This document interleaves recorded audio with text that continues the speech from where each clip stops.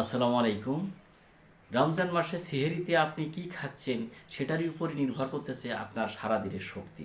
তাই সেহরিতে যদি আপনারা প্রোটিন এবং ফাইবার জাতীয় খাবার খান, সেটা আপনার সর্বোচ্চ সুস্থতা দিবে।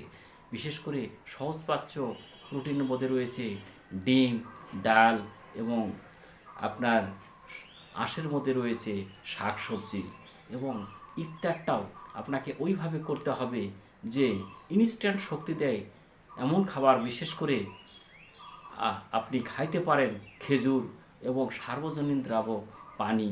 এবং আপনি রাতের খাবারটাও যা খাবেন উহা যেন সহজপাচ্য হয় এবং পাশাপাশি আপনার উহার সাথে থাকে যেন একটু দুধ বা ফলমূল।